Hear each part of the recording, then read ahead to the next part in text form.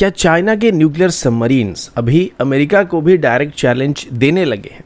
France और UK की तरफ से मीटियोर मिसाइल की फर्दर डेवलपमेंट को क्यों रोकने का फैसला किया जा रहा है? और क्या नेत्र मार्क 2 के बदले अभी एडिशनल फाल्कन एवेक्स भारत के लिए एक आइडियल चॉइस बनने वाले हैं? आज की वीडियो में हम ऐसे ही कुछ इंटरेस्टिंग अपडेट्स के बारे में बात करने वाले हैं। नमस्कार दोस्तों, मेरा नाम है अंशुमन नायक और आप सभी का बहुत बहुत स्वागत है इंडियन डिफेंस न्यूज के डिफेंस टॉक सीरीज में। तो चलिए देर न करते हुए आज की वीडियो शुरू करते हैं।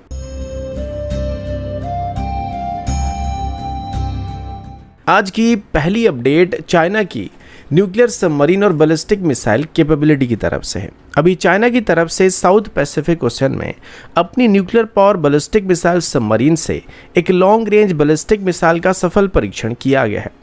रिपोर्ट्स के मुताबिक लॉन्च के टाइम मिसाइल में कोई न्यूक्लियर वॉरेट मौजूद नहीं था, बल्कि डमी वॉरेट का इसमें इस्तेमाल किया गया था। लेकिन फिर भी ये मिसाइल एक न्यूक्लियर कैपेबल मिसाइल ज़रूर था। चाइना की तरफ से इसे रूटीन एनुअल ट्रेनिंग एक्सरसाइज बताया गया था, लेकिन इस लॉन्च के बाद इंडो पैसिफिक रीजन में सिक्योरिटी कंसर्न काफ़ी बढ़ गए हैं। सबसे खास बात यह कि ये पहली बार है जब चाइना की तरफ से पब्लिकली अपनी बैलिस्टिक मिसाइल सबमरीन की इतनी लॉन्ग रेंज स्ट्राइक कैपेबिलिटी को ओपनली डेमोन्स्ट्रेट किया गया। इस लॉन्च से यह भी सिग्नल मिलता है कि अभी चाइना का न्यूक्लियर डिटरेंस सिर्फ land based intercontinental ballistic missile पर डिपेंड नहीं करता है, बल्कि सी बेस्ड सेकेंड स्ट्राइक कैपेबिलिटी भी अभी काफ़ी मैच्योर हो चुका है। यानी अगर किसी कॉन्फ्लिक्ट में चाइना के लैंड बेस्ड मिसाइल बेस को नष्ट कर दिया जाता है, तब भी उनकी न्यूक्लियर सबमरीन से रिटेलिएशन किया जा सकता है।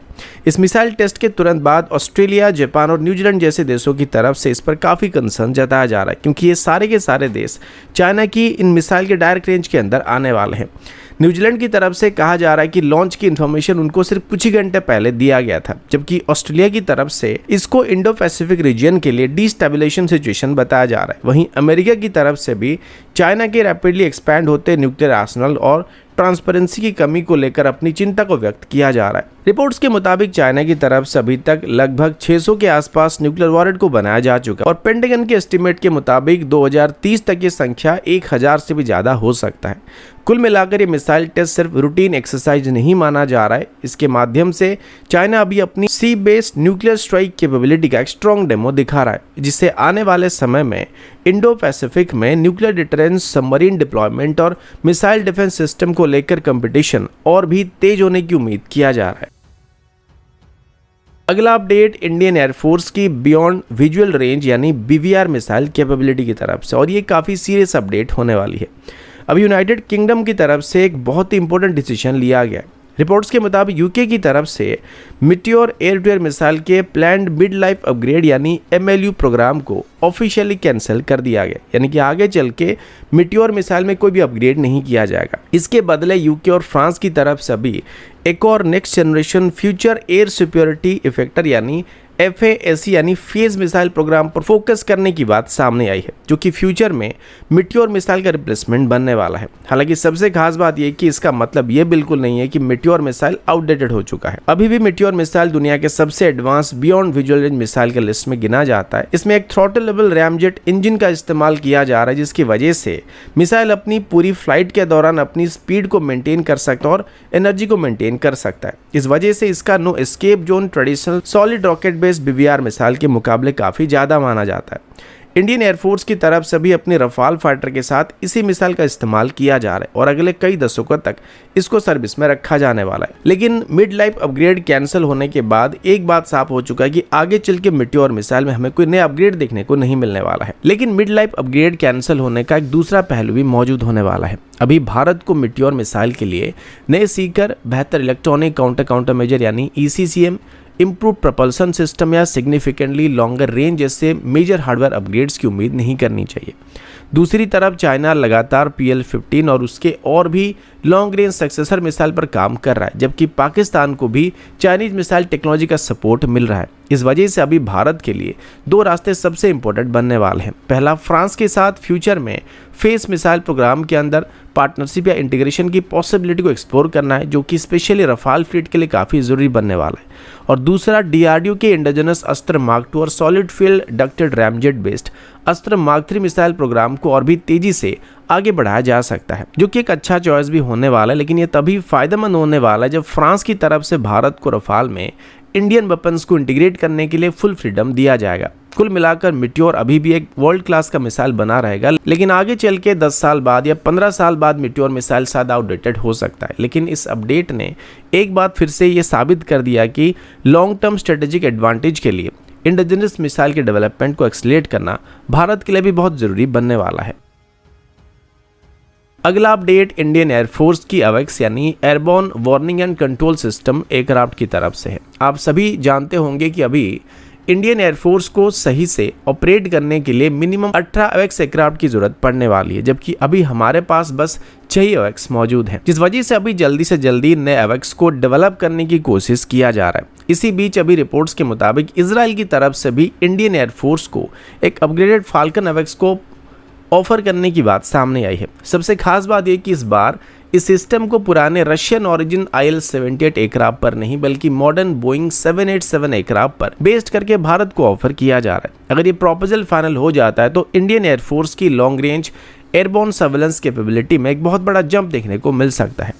अभी इंडियन एयरफोर्स के पास 3 फाल्कन अवेक्स एयरक्राफ्ट मौजूद हैं जो IL-78 प्लेटफॉर्म के ऊपर बेस्ड हैं। इनिशियली ऐसे 5 एयरक्राफ्ट को खरीदने का प्लान किया गया था, लेकिन एडिशनल 2 एयरक्राफ्ट को खरीदने का प्लान हाई कॉस्ट की वजह से बाद में कैंसिल कर दिया गया था। अभी इजराइल की तरफ से बोइंग 787 प्लेटफॉर्म के साथ इसको ऑफर किया जा रहा है, जो बेहतर एंड्योरेंस, कम मेंटेनेंस कॉस्ट, ज़्यादा इलेक्ट्रिकल पावर और एडवांस मिशन सिस्टम को सपोर्ट करने की कैपेबिलिटी प्रोवाइड कर सकता है। अगर रडार की बात करें तो इस अपग्रेडेड फाल्कन अवेक्स में लेटेस्ट ELW2090 सीरीज के रडार का इस्तेमाल किया जा रहा है। रिपोर्ट्स के मुताबिक इसमें AI assisted target processing, improve tracking algorithm और स्टेल्थ फाइटर को भी डिटेक्ट करने की कैपेबिलिटी और भी बेहतर किया गया। इस सिस्टम की सबसे बड़ी खास बात इसका 360 डिग्री रडार कवरेज है, जो करंट नेत्र अवेक्स एयरक्राफ्ट के 240 डिग्री से 300 डिग्री कवरेज के मुकाबले काफ़ी बेहतर होने वाला है, जो कि कंटिन्यूस ऑलराउंड सर्वेलेंस प्रोवाइड कर सकता है। हालांकि इंडियन एयरफोर्स अभी सिर्फ इंपोर्टेड सिस्टम पर डिपेंड नहीं रहना चाहता है।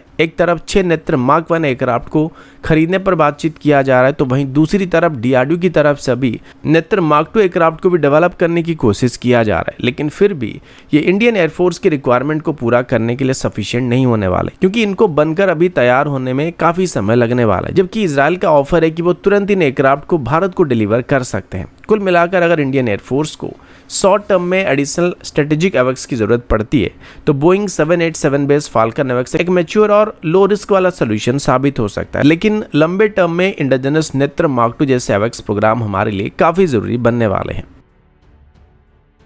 अगला अपडेट भारत के इंडिजिनस स्मॉल आर्म प्रोग्राम की तरफ से है। अभी तेलंगाना की defence startup company Deepa defence ने एक बहुत ही बड़ी सफलता हासिल कर लिया है।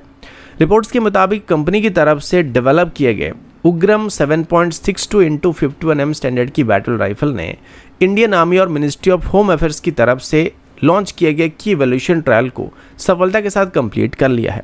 इसके बाद अभी इस राइफल के प्रोक्योरमेंट प्रोसेस को सेंट्रल आर्म पुलिस फोर्सेस के लिए क्लियर किया जा चुका है। सबसे खास बात यह कि उग्रम बैटल राइफल को दीपा डिफेंस और DRDO के armament research and development establishment यानी ARD की तरफ से साथ मिलकर बस 100 दिन के अंदर डेवलप किया गया था।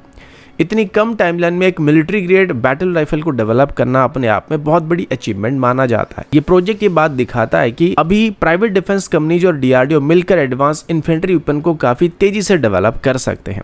अगर कैपेबिलिटी की बात करें तो उग्रम ने इंडियन आर्मी के जनरल स्टाफ क्वालिटेटिव रिक्वायरमेंट यानी GSQR ट्रायल्स को सक्सेसफुली पास कर लिया है। इसके अलावा इस राइफल को एक्सट्रीम गर्मी से लेकर हाई अल्टीट्यूड और ठंडे इलाकों में अलग अलग क्लाइमेट कंडीशन में भी टेस्ट किया गया था, जहां पर रिलायबिलिटी, ड्यूरेबिलिटी, एक्यूरेसी और ऑपरेशनल परफॉर्मेंस जैसे सभी पैरामीटर पर राइफल सफल रहा था। जिसके बाद मिनिस्ट्री ऑफ होम अफेयर्स का ट्रायल भी कंप्लीट हो चुका है और ये पहली बार है जब DRDO की तरफ से डेवलप किया गया कोई modern small arm Indian army की जनरल स्टाफ क्वालिटेटिव रिक्वायरमेंट को पास कर पाया है। कुल मिलाकर उग्रम बैटल राइफल का प्रोक्योरमेंट फेज में एंटर करना सिर्फ एक नए राइफल की इंडक्शन नहीं है, बल्कि भारत के प्राइवेट डिफेंस मैन्युफैक्चरिंग और DRDO के डेवलपमेंट इकोसिस्टम के लिए भी एक बहुत बड़ा माइलस्टोन होने वाला है। आने वाले समय में दीपा डिफेंस की तरफ से U-19 submachine gun, U-45 assault rifle, ultralight machine guns और एंटी ड्रोन वेपन सिस्टम के ऊपर भी काम किया जा रहा है। अगर इसी तरह इंडिजिनस डिफेंस स्टार्टअप को सपोर्ट मिलता रहा तो भारत फ्यूचर में इंपोर्टेड स्मॉल आर्म पर अपनी डिपेंडेंसी को काफी हद तक कम कर सकता है और आत्मनिर्भर भारत को और भी मजबूत बनाया जा सकता है। अगला अपडेट भारत के इंडिजिनस लॉइटरिंग म्यूनिशन और ऑटोनोमस स्ट्राइक ड्रोन प्रोग्राम की तरफ से है। अभी दिल्ली बेस्ड एक स्टार्टअप कंपनी हॉरस इनोवेशन की तरफ से अपना नया long range autonomous strike drone विनाशक 60 को अनवील किया गया है। रिपोर्ट्स के मुताबिक ये इंडिजिनस कैमिकाजी ड्रोन है जिसे डीप स्ट्राइक मिशन के लिए डिजाइन किया गया है। इसका मेन ऑब्जेक्टिव एनिमी के command post, radar station, logistic hubs और दूसरे हाई वैल्यू टारगेट को फ्रंटलाइन से काफी दूर रहकर डिस्ट्रॉय करना है।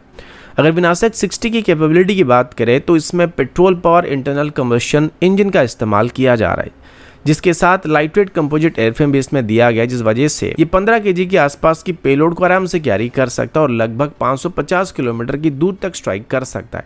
इसकी एंड्योरेंस भी लगभग 8 घंटे के आसपास बताया जाता है, जबकि इसका मैक्सिमम स्पीड लगभग 180 किलोमीटर के आसपास होने वाली है। इस वजह से ये ड्रोन लॉन्ग एंड्योरेंस मिशन के लिए और खास करके प्रिसिशन स्ट्राइक मिशन के लिए काफ़ी सुइटेबल ऑप्शन होने वाला है। टेक्नोलॉजी की बात करें तो विनाशक 60 पूरी तरह ऑटोनोमस मोड में ऑपरेट करता है। इसमें GNSS और इनर्शियल नेविगेशन सिस्टम यानी INS बेस्ड गाइडेंस सिस्टम का इस्तेमाल किया गया। इसकी एक और खास बात यह कि अगर दुश्मन की तरफ से इलेक्ट्रॉनिक वॉरफेयर की मदद से GPS सिग्नल को जैम कर दिया जाता है, तब भी INS की मदद से ड्रोन अपना मिशन कंटिन्यू कर सकता है। रिपोर्ट्स के मुताबिक इसका सर्कुलर एयर प्रोबेबल यानी CP 15 मीटर के आसपास बताया जा रहा है, जो कि वैसे थोड़ा ज़्यादा लग सकता है, लेकिन कैमिकाजी ड्रोन्स के लिए इसको अच्छा कहा जा सकता है। कुल मिलाकर विनाशक 60 ये दिखाता है कि अभी भारत की प्राइवेट डिफेंस इंडस्ट्रीज भी सिर्फ सर्विलेंस ड्रोन नहीं बना रहे हैं, बल्कि long range autonomous strike system भी डेवलप करने लगे हैं।